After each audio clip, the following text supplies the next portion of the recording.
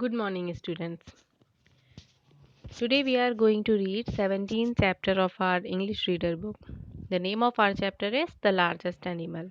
So, students, open page number 100 of your English reader book and hold a pencil in your hand and start reading first paragraph of this chapter.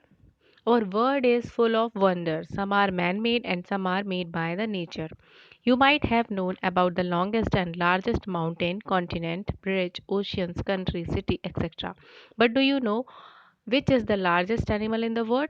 Certainly, your lips will murmur elephant. Yes, you are partly correct. The elephant is the largest animal on the land.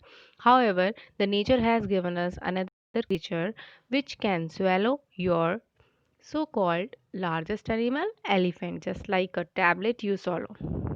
Our word is full of wonders. हमारा जो word है वो wonders से भरा हुआ है. कुछ man made है यानी जो इंसानों ने बनाया है और कुछ नेचर ने बनाया हुआ है. आज सभी लोग longest and largest mountains, bridge, ocean, country and city के बारे में जानते हैं. पर क्या आप जानते हैं कि वर्ल्ड का लार्जेस्ट एनिमल कौन सा है? सर्टेनली आपका आंसर होगा एलिफेंट. यस, आप पार्टली करेक्ट भी हैं. एलिफेंट इस लैंड का लार्जेस्ट एनिमल है, पर नेचर ने हमें एक ऐसा एनिमल भी दिया है जो एलिफेंट को भी स्वैलो मीन्स क्या होता है? निगलना. उसको भी निगल सकता है. वो एलिफेंट को भी निगल सकता है. जैसे आप एक टैबलेट को स्वैलो करते हो, जैसे टैबलेट को निगलते हो, उसी तरह से एक ऐसा एनिमल है जो एलिफेंट को भी स्वैलो कर सकता है. And if you put an elephant by its side, the elephant would look like a cat, but for its sake, don't laugh. It is true. This gigantic creature is none other than whale. It is found in the sea.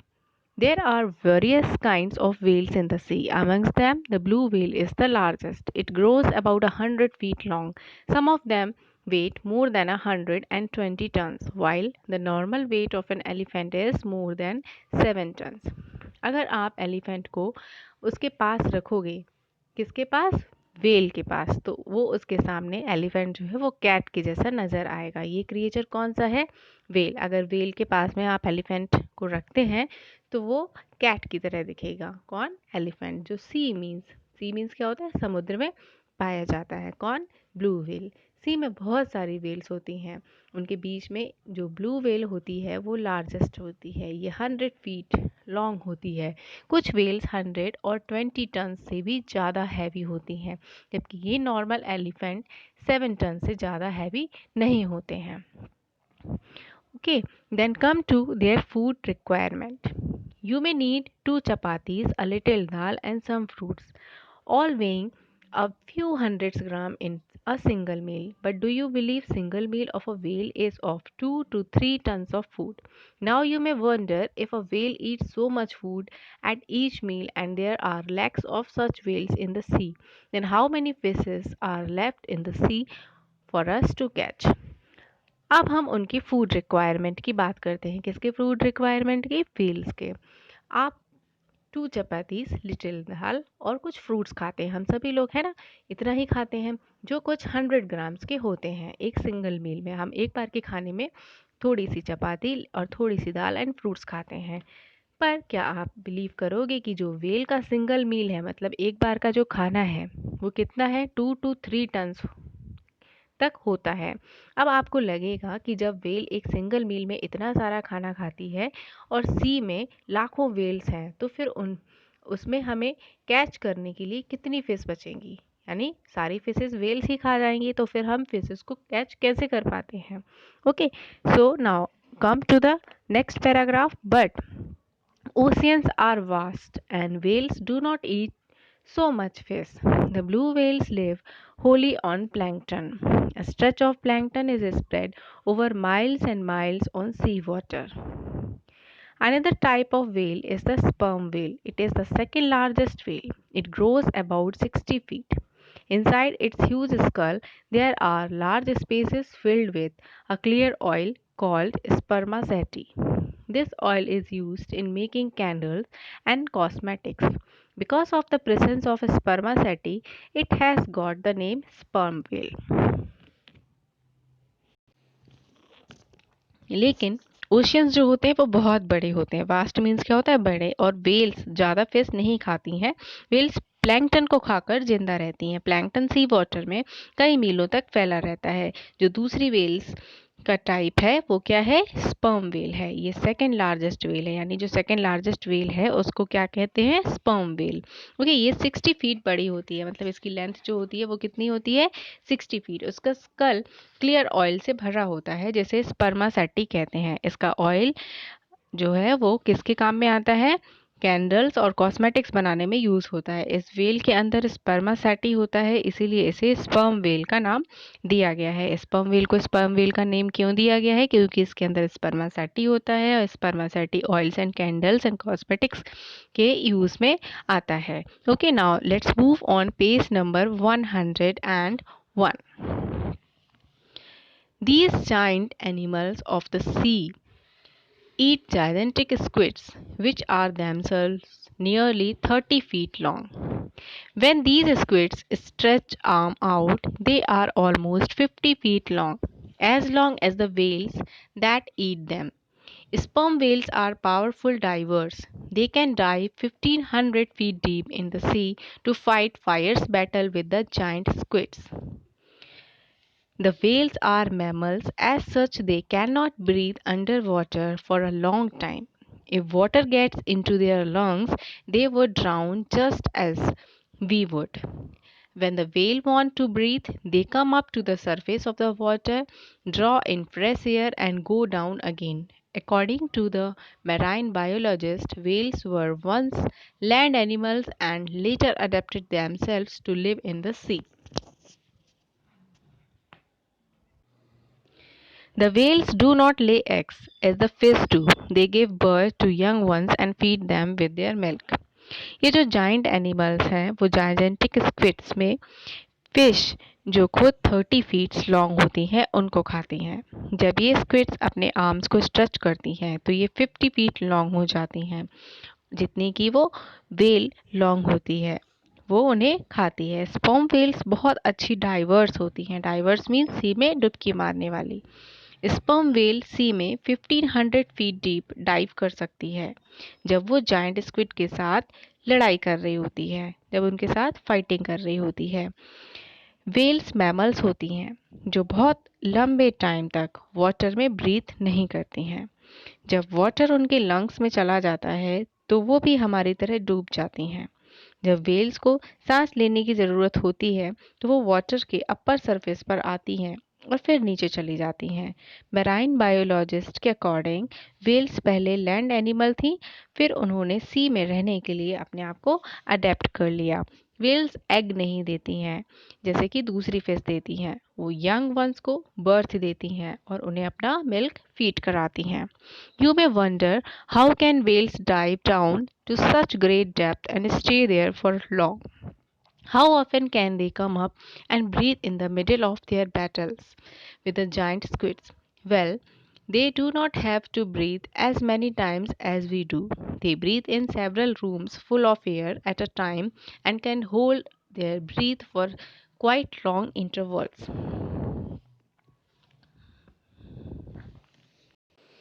आपको wonder होगा कि इतनी गहराई तक वो कैसे dive करती हैं और नीचे इतनी देर तक कैसे स्टे करती हैं।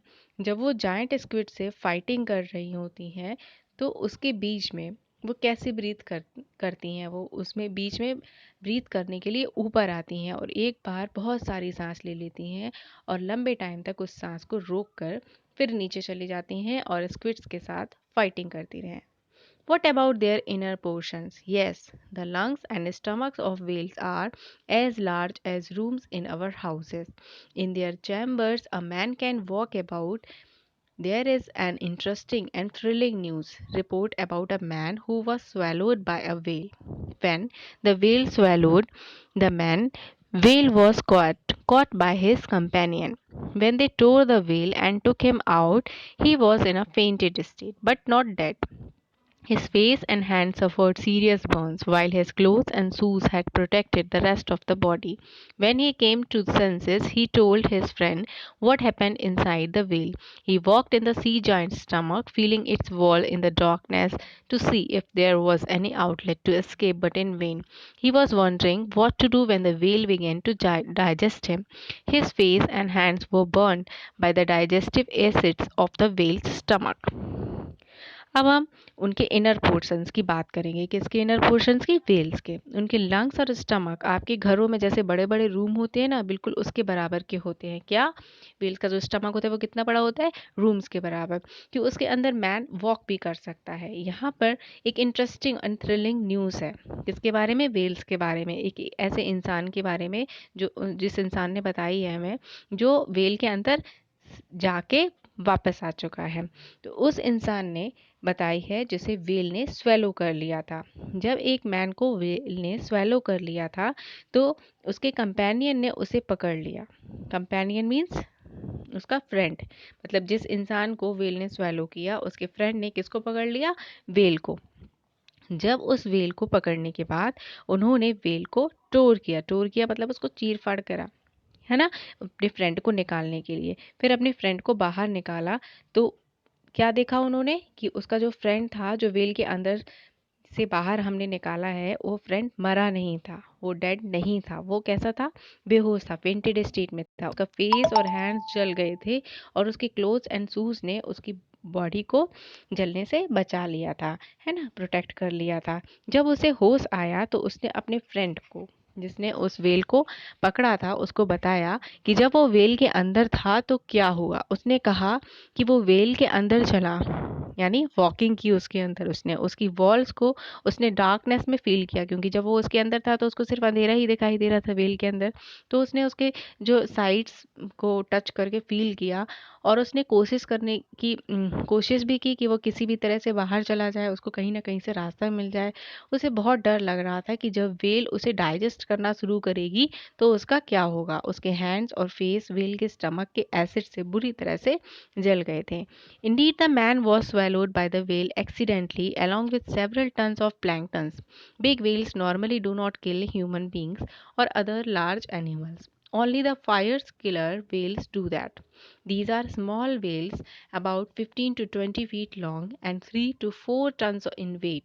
They live together in a group and mercilessly kill any animal they catch. They even kill blue whales on certain occasions.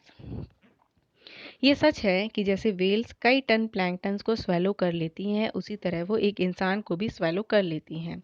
जो बिग व्हेल्स होती हैं वो ह्यूमन को किल नहीं करती हैं, सिर्फ फायर किलर व्हेल्स जो होती हैं वही ऐसा करती हैं।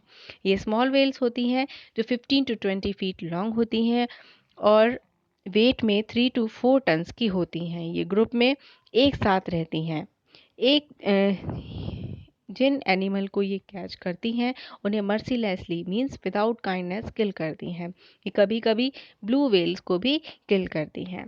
The whales are useful to us in many ways to protect the whale from the cold. Nature has provided it with a thick covering of fat called blubber. Its layer is 6 to 12 inches thick and it keeps the whale warm in the cold ocean water. Out of the blubber we get a grate. Now let's move page number 102.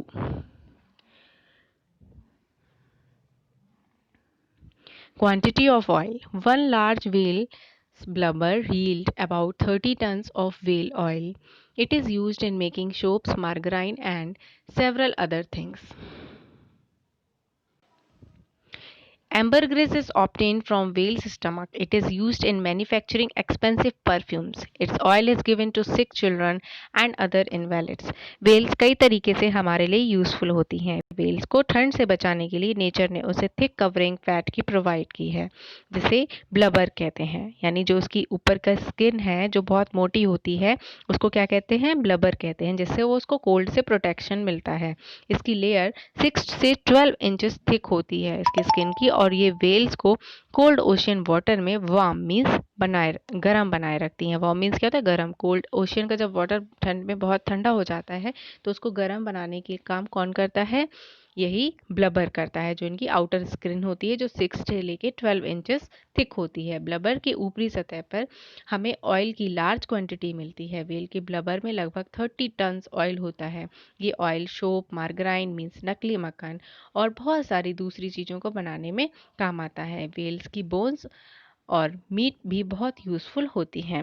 एम्बरग्रेस whale के stomach से obtain किया जाता है। इसका use expensive perfume बनाने के लिए किया जाता है। इसका oil sick children and invalid, invalid means क्या होता है, जो बहुत लंबे टाइम से बीमार होते हैं उनको ठीक करने के लिए दिया जाता है।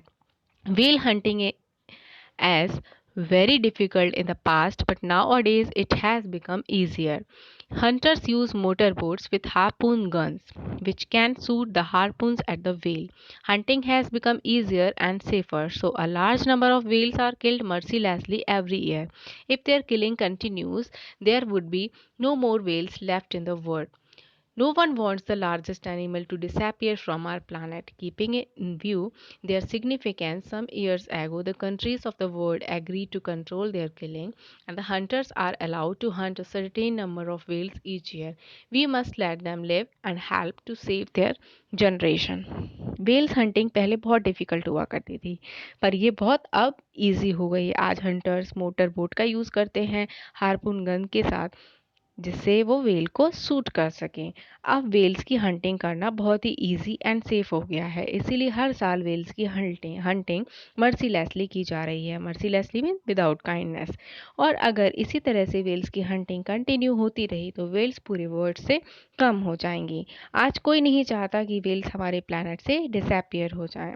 इस व्यू को ध्यान में रखते हुए इस वर्ल्ड की कंट्रीज़ ने व्हेल्स की किलिंग को कंट्रोल करने के लिए एक नियम बनाया है कि अब हंटर्स हर साल में जो नंबर डिसाइड किया गया है उतनी ही व्हेल्स की हंटिंग करेंगे, ज़्यादा व्हेल्स की हंटिंग नहीं करेंगे, जिससे व्हेल्स भी जी सके और उन्हें भी अपनी जनरेशन को आगे बढ़ाने में हेल्प मिल सके।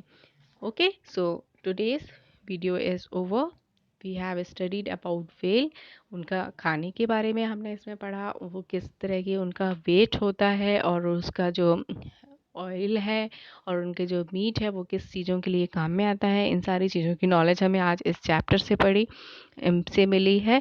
सो you all have to read the chapter properly and try to understand it's book exercise and try to fill the exercise yourself. Okay, so stay safe, stay healthy and keep learning.